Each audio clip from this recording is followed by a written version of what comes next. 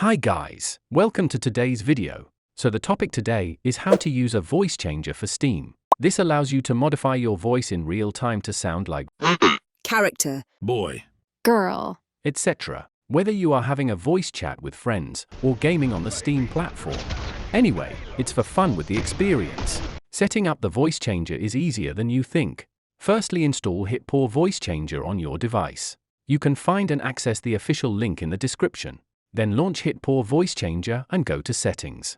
Choose input and output device you are using. Or click detect button and the software will automatically match your device.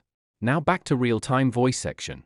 Select the voice or sound effects you like. just like this, I have changed my voice to a girl voice. Then it's time to open Steam. Go to settings at the Steam menu. In voice section, check if voice input device is set to HitPaw virtual audio input. Click start microphone test. have fun with it! have fun with it! And that's it. Use the voice changer to have fun with your friends in voice chat or in the game.